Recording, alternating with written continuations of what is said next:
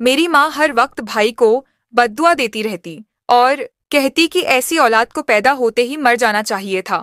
भाई रात को अम्मी के कमरे में जाते थे और कमरे को अंदर से कुंडी लगा के अम्मी के पांव दबाते थे और जैसे ही बाहर आते अम्मी उनको बद्दुआ देती रहती। एक रोज अचानक मेरी माँ का इंतकाल हो गया।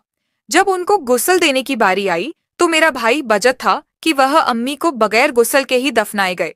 यह सुनकर मुझे हैरत हुई। जब जिद करके मैं अम्मी को गुस्ल देने लगी, जैसे ही मैंने उनकी कमीज ऊपर उठाई तो मेरे पैरों तले से जमीन ही निकल गई। मैं मामूल की तरह अपने सभी काम निपटा रही थी। भाई सुबह दरबार की तरफ चले गए थे और अम्मी अपने कमरे में आराम कर रही थी। मैं अपनी निगरानी में मुलाजमीन को हिदायत देते हुए काम करवा रही थी। कुछ देर काम करवाने के बाद मैंने सोचा कि क्यों ना जाकर अम्मी का हाल अहवाल पूछ लिया जाए। मैं अम्मी के कमरे की तरफ बढ़ गई। अम्मी जाग रही थी और हाथ में तस्बीह लिए हुए पढ़ रही थी। मैंने अम्मी से कहा कि अम्मी क्या कर रही हैं?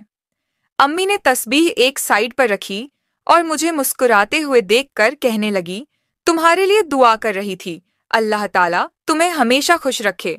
और कहने लगी कि तुम्हारे भाई का साया बिल्कुल भी तुम पर ना पड़े। अम्मी की यह बात सुनकर मैं हैरत में डूब गई थी। मुझे समझ ही ना आया कि अम्मी ऐसी बातें क्यों कर रही हैं। मैंने कहा कि अम्मी, आप ऐसा क्यों कहती हैं? आप हमेशा भैया को ऐसे ही गलत अल्फाजों से अक्सर उन्हें बद्दुआ भी देती है, लेकिन भैया कितने नेक हैं। पूरे इलाके में उनका इतना नाम है, लोग उन्हें इतनी इज्जत की निगाह से देखते हैं और आप उन्हें इस तरीके से बद्दुआएं देती है और मुझे कहती है कि मुझ पर उनका साया भी ना पड़े। तो अम्मी कहने लगी कि बेटा, तू नहीं जानती यह तेरा भाई कैसा है। अरे वह पैदा होते ही क्यों ना मर गया। यह कहते हुए अम्मी एक बार फिर से भैया को बद्दुआएं देने लगी। आखिर अम्मी भैया के साथ क्यों ऐसा करती थी? मैंने कहा कि अम्मी जान, अगर आप भैया को ऐसे ही गालियां देंगी तो मैं आपके पास नहीं आऊंगी। आप देखें तो सही कि सुबह से भैया जाते हैं दरबार पर जाकर वहां पर वह रोजाना कितने लाखों का लंगर चलाते हैं, गरीबों मिस्कीन में बांटते हैं, बेरोजगारों को रोजगार मुहैया करते हैं, आपकी कितनी खिदमत करते हैं। वहां से वापस आते हैं तो आकर आपकी टांगे दबाने लगते हैं, लेकिन फिर भी आप उनके बारे में ऐसा कहती हैं।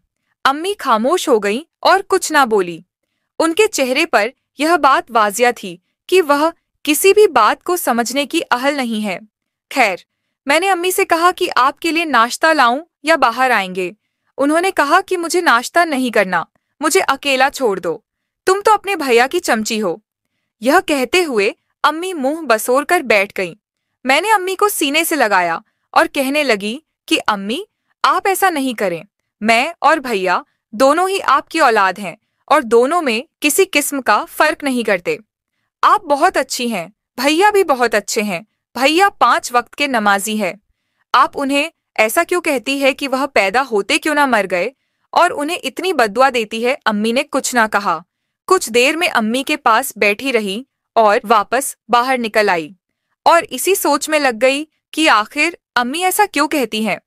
मैंने सोच लिया था कि आज जब भैया आएंगे तो मैं उनसे इस बारे में जरूर बात करूंगी। शाम का वक्त हुआ तो भैया आए। वह फ्रेश होकर खाना खाने लगे और खाना खाने के बाद जूं ही वह अम्मी के कमरे की तरफ बढ़ने लगे तो मैं उनकी तरफ आ गई और मैंने कहा कि भैया, मुझे आपसे एक बात करनी है। इससे पहले कि आप अम्मी के कमरे में जाएं, आप मेरी बात सुन लें। भैया मेरे सर पर हाथ रखते हुए मुस्कुराते हुए कहने लगे, जी मेरी गुड़िया, बोलो क्या बात करनी है। मैंने कहा कि भैया, अम्मी हर वक्त आपको बद्दुआएं देती है, हालांकि आपका इतना बड़ा नाम है, आप इतने नेक हैं, लेकिन फिर भी वह आपको इतनी बद्दुआएं देती है। मुझसे बर्दाश्त नहीं होता, लेकिन ऐसी क्या वजह है कि वह आपको बद्दुआएं देती है? मेरी बात सुनने के बाद भाई मुस्कुराए और कहने लगे कि बेटा, अम्मी अब बूढ़ी हो गई है और बूढ़ा होने के बाद इंसान ऐसा ही हो जाता है। उसे किसी चीज की कोई समझ नहीं रहती और वह यूं ही कुछ भी बोलता चला जाता है। तुम फिक्र ना करो, वह हमारी अम्मी है। मैं जा रहा हूँ उनके पांव दबाने के लिए, और कोशिश करो कि अब उस कमरे में कोई ना आए और मुझे कोई डिस्टर्ब ना करे। मैं अम्मी की खिदमत करना चाहता हूँ। यह कहते हुए भाई कमरे में चले गए और उन्होंने अंदर से कुंडी लगा ली। वह हमेशा से ही ऐसा करते थे। वह दरबार से आते ही शाम का खाना खाते और अम्मी के कमरे में जाकर कुंडी लगा लेते हैं और कहते हैं कि मैं अम्मी के पांव दबा रहा हूँ। वह अम्मी की इतनी इज्जत करते थे, उनका इतना ख्याल रखते थे, फिर भी अम्मी उनसे राजी नहीं होती थी। मैं तो कभी कभी अम्मी के साथ वक्त गुजार लेती थी, लेकिन अम्मी अक्सर मुझे दुआएं देती नजर आती थी और भाई को बददुआएं देती थी। यही वजह थी कि मुझे अच्छा ना लगता था और अक्सर मैं किसी सोचों में गुम रहती थी। अगले रोज सुबह एक बार फिर से भैया जब दरबार की तरफ रवाना हो गए तो मैं घर के मामूल के काम निपटाकर अम्मी के कमरे की तरफ आ गई। अम्मी आज सो रही थी। मैंने अम्मी को उठाना मुनासिब ना समझा और वापस अपने कामों में लग गई। जब दोपहर का वक्त हुआ तो मैं एक बार फिर से अम्मी के कमरे की तरफ जाने लगी। अब अम्मी उठ गई होंगी, लेकिन अम्मी अभी भी सो रही थी। मुझे लगा शायद सारी रात जागती रही होगी। अक्सर रात को जागती है तो फिर सुबह सारा दिन सोती रहती है। उनकी तबीयत भी तो ठीक नहीं रहती, इसी वजह से वह सो गई होगी। मैंने अम्मी को ना जगाया और खामोशी से वापस चली आई। काफी देर गुजर जाने के बाद फिर से मुझे अम्मी का ख्याल आया और मैं उनके कमरे की तरफ बढ़ी। वह अभी भी सो रही थी। आपकी बार मैंने आगे की तरफ होकर देखा। इतनी देर तक तो नहीं सोती थी। एक बार फिर से शाम होने लगी है और अम्मी अभी तक सो रही हैं। मैंने खुद कलाम करते हुए आगे बढ़कर देखा तो अम्मी सो रही थी। मैंने उन्हें हिलाया, उन्हें आवाजें दी, लेकिन अम्मी ने कोई जवाब ना दिया। मैंने अम्मी को हिलाया तो उनका हाथ छूटकर नीचे चला गया। यह देखते हुए मेरे पैरों तले से जमीन निकल गई कि यह क्या हो गया था। अम्मी की तबीयत खराब थी। सारा दिन मम्मी इसी तरह पड़ी रही और मैंने समझा कि वह सो रही है। मेरी आंखों में आंसू निकल आए। मैंने उनके हाथ को हाथ लगाया तो हाथ ठंडा पड़ रहा था। मैं जल्दी से बाहर की तरफ भागी। भाई अभी तक नहीं आए थे। बाहर जाने की इजाजत हमें नहीं थी क्योंकि हम हवेली में रहने वाली पर्दा करने वाली औरतें थीं। भैया का नंबर मांगा तो भैया का नंबर 1 था। मेरी समझ में कुछ नहीं आ रहा था। काफी देर सोचने के बाद मुझे याद आया कि हमारे एक फैमिली डॉक्टर भी हैं जो आकर हमारा चेकअप करते रहते हैं। वह हमारे दूर के कजन भी लगते थे। मैंने देखा मोबाइल में उनका नंबर मौजूद था। मैंने जल्दी से नंबर डायल किया और उनसे कहा कि अम्मी की तबीयत बहुत खराब है, आप जल्दी से आ जाए। वह किसी और मरीज को देखने गए हुए थे। कहने लगे मुझे 15 मिनट लगेंगे, मैं बस अब भी आता हूँ। कुछ देर गुजरी थी। मैं अम्मी के हाथ पांव मर रही थी, लेकिन मुझे कुछ समझ नहीं आ रहा था कि यह क्या हो गया है। अम्मी को उनका जिस्म बहुत ज्यादा ठंडा पड़ गया था। ऐसी हालत तो उनकी कभी नहीं हुई थी। मेरी आंखों से आंसू भी बह रहे थे। कुछ देर बाद डॉक्टर हमारे घर की दहलीज पर मौजूद थे। मुलाजिम उन्हें अम्मी के कमरे की तरफ लेकर आ गई। मैं अम्मी के सरने बैठी थी। मैंने कहा कि डॉक्टर साहिब, आप जल्दी से बताएं कि आखिर अम्मी को क्या हुआ है। उन्हें देखिए, चेकअप कीजिए, यह आंखें क्यों नहीं खोल रही हैं। जो ही उन्होंने अम्मी का चेकअप किया, काफी देर वह यूं ही खामोश बैठे रहे। मैंने कहा कि भाई आखिर हुआ क्या है, कुछ बताते क्यों नहीं। तो वह कहने लगे कि मुझे माफ करना जोहरा, तुम्हारी अम्मी अब इस दुनिया में नहीं रही, पहले ही इंतकाल हो चुका है। उनकी यह बात सुनकर तो मेरे पैरों तले से जमीन ही निकल गई। मैं फूट फूट कर रोने लगी। आखिर ऐसा कैसे हो सकता था? मेरी अम्मी मुझे छोड़कर कैसे जा सकती थी? रात में तो वह अच्छी भली थी, लेकिन जो होना था वह तो हो गुजरा। मैं वहीं अम्मी के सरने बैठे फूट फूट कर रोने लगी।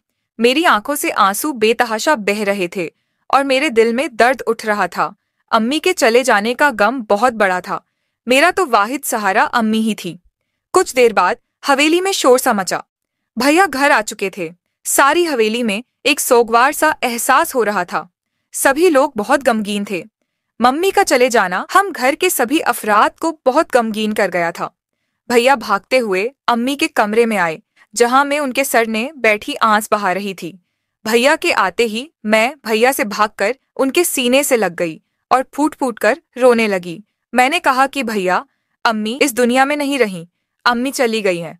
यह सुनकर भैया वहीं बैठते चले गए और रोने लगे। मैं भी रो रो कर हलकान हो गई थी। काफी देर यूं ही हम दोनों रोते रहे और फिर एकदम से भैया उठे और कहने लगे कि मुझे अम्मी को दफन करना है। यह कहते हुए उन्होंने मुलाजिम को कब्र खोदने का कहा और कहने लगे कि हमें अम्मी को दफन करना है। मैंने कहा कि भैया, अम्मी को दफन करना है और इसीलिए हमें अम्मी को गुस्ल भी देना होगा। आप किसी गुस्ल वाली का बंदोबस्त कर दें ताकि मैं उसके साथ मिलकर अम्मी को गुस्ल दे सकूं। मेरी यह बात सुनते ही भैया ने फौरन से इनकार कर दिया और कहने लगे कि नहीं, अम्मी को गुस्ल नहीं देना, हमें गुस्ल के बगैर ही अम्मी को दफनाना होगा। मेरे तो पैरों तले से जमीन ही निकल गई कि आखिर ऐसा कैसे हो सकता है कि मुसलमान हो और उसे ऐसे दफन कर दिया जाए। यह ठीक तो नहीं। गुस्ल तो हर मैयत का हक होता है और गुस्ल के बगैर मैयत को दफनाना बहुत बड़ा जुर्म होता है। मैंने भैया को समझाने की कोशिश की तो कहने लगे कि मैंने जो कह दिया वह कह दिया। मैंने कहा ऐसा ना करें, ऐसा कौन करता है, आखिर और यह तो आपकी सगी माँ है। लेकिन मेरी बात सुनने से पहले ही भैया बाहर की तरफ चले गए। हमारी हवेली में आस पड़ोस की खवातीन भी जमा हो गई थी। उन्हें अम्मी की वफात का पता चल गया था। सभी लोग हमारे घर आ रहे थे। अम्मी को उनके कमरे से निकालकर अब घर के सहन में रख दिया गया था। इर्द गिर्द सारी खवातीन बैठी थीं। सारी खवातीन रो रही थीं। अम्मी की भी उस पूरे मोहल्ले में बहुत इज्जत थी। वह नेक खातून थी। इस मोहल्ले की सारी खवातीन अम्मी के पास मसले मसाइल लेकर आती और अम्मी उनके मसले हल करती थी। इस वजह से भी उनकी वाबस्ता की अम्मी के साथ कुछ ज्यादा थी। अम्मी की वफात पर सभी लोग बहुत गमगीन नजर आते थे और मेरी तो वह माँ थी। मेरे दिल में आखिर कौन जाग सकता था कि मुझे कितना दर्द हो रहा है। खैर, जैसे ही कब तैयार हुई और भैया ने कहा कि अम्मी को अब दफन करना है, यह सब कुछ देखकर इर्द गिर्द बैठी खवातीन सारी कहने लगी कि ना बेटा, यह क्या कह रहे हो, गुस्ल नहीं देना।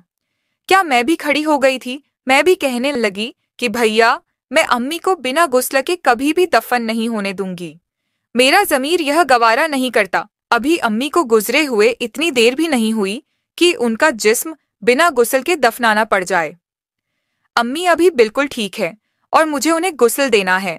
आप जल्दी से गुस्ल का इंतजाम करवाएं।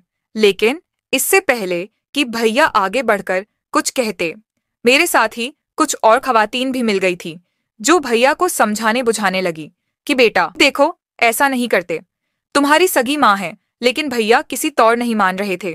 कहने लगे कि मैं अम्मी को बिना गुस्ल के ही दफन करूंगा, चाहे कोई कुछ भी कहे। यह बात सुनते ही मोहल्ले की एक औरत उठी और कहने लगी, कितना बदबख्त बेटा है, इसी वजह से तो इसकी माँ इसको बददुआएं रहती थी। जरूर इसके कुछ काले करतूत होंगे। अब देखो तो, इसकी शख्सियत तो इसकी बातों से झलक रही है। यह अपनी माँ को बिना गुस्ल के ही दफनाने जा रहा है। भला ऐसी औलाद जीते जी क्यों नहीं मर जाती? ऐसी औलाद पैदा होते ही क्यों नहीं मर जाती? यह बात सुनना थी कि मेरे कानों में एक नकारा सा बजा था। जो कल सुबह ही अम्मी ने बात कही थी वह मेरे कानों में बजने लगी थी। अम्मी कह रही थी कि ऐसे बेटे को तो पैदा होते ही मर जाना चाहिए था। आखिर ऐसी क्या बात थी? लेकिन खैर, मैं खामोश हो गई। अम्मी का जनाजा कब्रिस्तान की जानिब ले जाया गया तो काफी देर बाद एक मुलाजिम मेरी तरफ भागता हुआ आया और कहने लगा कि बीवी जी, बड़ी बीवी जी दफन होने में नहीं आ रही। जैसे ही उन्हें दफन किया जाने लगता है तो यूं लगता है कि जैसे उनकी मयत बहुत भारी हो गई हो और किसी चीज ने उन्हें पकड़ रखा हो। वह कब्र में ही नहीं उतारी जा रही है। यह सुनकर मेरी आंखों में आंसू आ गए। मेरे दिमाग में बस एक ही बात चलने लगी कि भैया बिना गुस्ल के ही अम्मी को दफनाने ले गए हैं। इसी वजह से ही तो अम्मी की नहीं हो रही है। खैर, कुछ देर बाद एक बार फिर से अम्मी का जनाजा घर पर पड़ा था। कुछ लोगों ने भैया को समझाया था कि बिना गुस्ल के मुसलमान मैयत को नहीं दफनाया जाता। इसी वजह से मैयत नहीं दफना जा रही है और भैया अम्मी की मैयत वापस ले आए और गुस्ल का इंतजाम भी करवा दिया था। मैं और पड़ोस की एक औरत मिलकर अम्मी को गुस्ल देने लगी थी कि तभी मैंने देखा कि जो ही मैंने अम्मी की कमीज ऊपर की अम्मी की पुस्त पर कुछ चीजों के निशान थे, यूं लग रहा था जैसे किसी ने अम्मी पर छड़ियों की बरसात की हो। यह सब कुछ देखकर मेरी आंखों में आंसू आ गए और जू जू मैं अम्मी को गुस्ल देने लगी। मुझे इंक शफ होने लगा कि जैसे अम्मी पर बहुत जुल्म किया जा रहा हो और यह निशानात कुछ दिनों पहले के थे। मतलब कि सारा दिन तो मैं अम्मी का ख्याल रखती थी और रात के वक्त सिर्फ भैया ही उनके पास जाते थे। इसका मतलब यह था कि भैया अम्मी को मारते थे। अब मेरे समझ में एक बात आने लगी। अम्मी क्यों भैया को बददुआएं देती थी, लेकिन एक बात में मेरे दिमाग में हलचल मचाई हुए थी, और वह यह थी कि आखिर भैया अम्मी को क्यों मारते थे। मैं बाहर आई। भैया मर्दों के दरमियान बैठे थे। मैंने एक मुलाजिम के हाथ पैगाम भिजवाया कि मुझे आकर भैया एक साइड पर मिले। भैया उस मखसूस साइड पर आए और मैंने भैया से कहा कि भैया यह क्या मसला है, यह क्या मामला है। अम्मी की पीठ पर लाठियों के निशान थे। यह बात सुनकर भैया एक लम्हे के लिए खामोश हो गए। उनकी नजरें नीचे हो गईं और कहने लगे कि हाँ, यह बात सच है। मैंने कहा कि अम्मी के पास आपके अलावा और कोई नहीं जाता था। क्या आपने अम्मी को मारा है? भैया ने खामोशी से इस बात में सर हिलाया। मैंने कहा कि आखिर ऐसी क्या वजह हो गई थी? आप तो दरबार में रोजाना का 15 लाख का लंगर खैरात करते थे, उन लोगों की इतनी मदद करते थे, बेरोजगारों को रोजगार मुहैया करते थे, लेकिन इसके बावजूद आप अम्मी पर जुल्म करते थे। यह क्या बात हुई? आपने अम्मी को क्यों मारा? मैं रोने लगी। रह रहकर मुझे अम्मी की वह तकलीफें याद आती थीं जब अम्मी भैया से मार खाते हुए तड़पती होगी और उन्हें तकलीफ होती होगी। वह तो पहले से ही बीमार थी।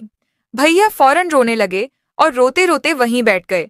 फिर मुझसे कहने लगे कि जोहरा, मुझे माफ कर दो, मेरे दिल पर बहुत बड़ा बोझ है। तुम जानती हो मैं दरबार पर लंगर खैरात करता था और मुझे इसके वज वहां लंगर पर आने वाली लड़कियों का सौदा करना होता था, और मैं पैसे लेकर उन लड़कियों को अगवा करवाता और लोगों में बेचता।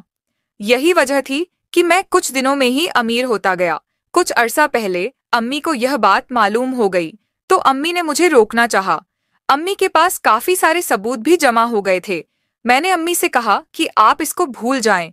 अम्मी कहती थी कि तुम्हारी एक बहन है, किसी और का नहीं, तो अपनी बहन का ही सोच लो। लेकिन मेरी आंखों पर दौलत की पट्टी बंधी हुई थी। मैं गलत काम करने पर ऐसा उतर आया था कि मैं कुछ और देख ही नहीं सकता था। भैया रोते हुए कह रहे थे और वह मेरी नजरों में गिरते चले जा रहे थे। कहने लगे कि मैं हर रोज शाम को जब आता था तो अम्मी के कमरे में जाकर कुंडी लगा लेता और तुम्हें कहता कि मुझे परेशान मत करना। मैं अम्मी के पांव दबा रहा हूँ, लेकिन मैं हर रोज अम्मी को इस बात पर अकसाता था कि वह किसी को यह बात ना बताएं। लेकिन अम्मी इस चीज पर बजत थी कि वह मेरा पर्दा तुम्हारे सामने खोल देंगी। मेरी जो नेक सीरत तुम्हारे सामने बनी हुई थी, मैं नहीं चाहता था कि वह कभी टूटे। मैं तुमसे बहुत प्यार करता था। मैं नहीं चाहता था कि तुम मेरे बारे में गलत सोचो। अम्मी के पास तमाम सबूत भी मौजूद थे और वह चाहती थी कि वह पुलिस के हवाले मुझे कर देगी। अम्मी मुझे इस चीज से रोकती थी। इसी वजह से मैं अम्मी को कहता था कि आप खामोश हो जाएं, लेकिन अम्मी मुझे बददुआएं देती थी। इसी वजह से मैं रोजाना उन्हें समझाता। वो ना समझती तो मैं उन पर छड़ियों की बरसात करने लगता था। और पिछली रात भी जब तुमने मुझे बताया कि अम्मी मुझे बद्दुआ देती रहती है तो मुझे मजीद गुस्सा आया। मैं उनके कमरे में चला गया और उनकी पीठ पर छड़ियों से वार करने लगा। मैं नहीं चाहता था कि मेरा जो दूसरा भयानक चेहरा है वह तुम्हारे या किसी और के सामने आए। मैं इस नेक सीरत सूरत के साथ जीना चाहता था, लेकिन मैं नहीं जानता था कि मैं किस बड़ी गुमराही में मुब्तला हूँ। जब मैंने देखा कि अम्मी के पीठ पर तो छड़ियों के निशान होंगे, मैं उन्हें बिना गुस्ल के ही दफनाना चाहता था, लेकिन अल्लाह ताला को जो मंजूर था वही हुआ। उन्होंने अपनी इस नेक बंदी का पर्दा रखना था और मुझे बेपर्दा करना था। उस वक्त मुझे इस चीज का एहसास नहीं था। आज जब अम्मी की मयत एकदम से भारी हो गई और वह दफन होने में नहीं आ रही थी, तो मुझे समझ आ गया कि अल्लाह ताला ने इंसाफ मुकम्मल कर दिया है। मुझे माफ कर दो, आज के बाद मैं ऐसा कोई काम नहीं करूंगा। मैं चाहता हूँ कि मेरी अम्मी जो चाहती थी मैं बिल्कुल वैसा ही बनूं। आज मुझे अल्लाह की तरफ से हिदायत दे दी गई है। ना जाने मैं कितने गुनाह कर चुका हूँ। मैं माफी के लायक तो नहीं, लेकिन मेरी प्यारी बहू, तुम मुझे माफ कर दो। तुम्हारा भाई बहुत गिरा हुआ है और ऐसी गिरी हुई हरकत कर चुका है कि अब वह अपनी आंखों में भी नहीं उठ सकता। भाई यह कहकर फूट फूट कर रोने लगे। भाई का यूं रोना मुझसे देखा नहीं जा रहा था। मैंने आगे बढ़कर भाई के हाथों को पकड़ लिया और उनके सीने से लग गई। मैंने भाई को माफ कर दिया था। भाई ने जो कुछ किया था वह सब कुछ बहुत गलत था, लेकिन अब वह सच्चे दिल से माफी मांग चुके थे। अम्मी अपनी जिंदगी में तो भाई को ना सुधार सकी थी, बल्कि उल्टा भाई ही उन पर जुल्म करते रहे थे। लेकिन अब भाई को भी इस बात के बारे में हिदायत मिल चुकी थी। बेशक अल्लाह ताला बहुत बड़े कारसाज हैं। वह इंसान को हिदायत का रास्ता दिखाते हैं। बेशक उन्होंने भाई को भी हिदायत का रास्ता दिखा दिया था। भाई ने मुझसे वादा किया कि आज के बाद वह किसी भी औरत की तरफ आंख उठाकर नहीं देखेंगे और ना ही उनका सौदा करेंगे, बल्कि आप अल्लाह की रजा के लिए और अम्मी के साले सवाब के लिए ही दरबार पर लंगर खैरात किया करेंगे और लोगों की मदद किया करेंगे। मुझे भी भाई पर यकीन हो गया था। मैं एक बार फिर से उठी और उस औरत के साथ मिलकर अम्मी को गुस्ल देने लगी। गुस्ल के बाद जब हमने अम्मी को कफन पहनाया तो एक ठंडी हवा हमें चलती हुई महसूस हुई। यह खुशबूदार ठंडी हवा थी। मुझे यकीन हो गया कि अम्मी मुकम्मल तौर पर जन्नती औरत थी। अम्मी भाई को बदुआ ऐसे ही नहीं देती थी, वह उन्हें सुधारने के लिए बदुआएं देती थी। वरना ऐसी कौन सी माँ होती है जो अपनी औलाद को बदुआएं दे।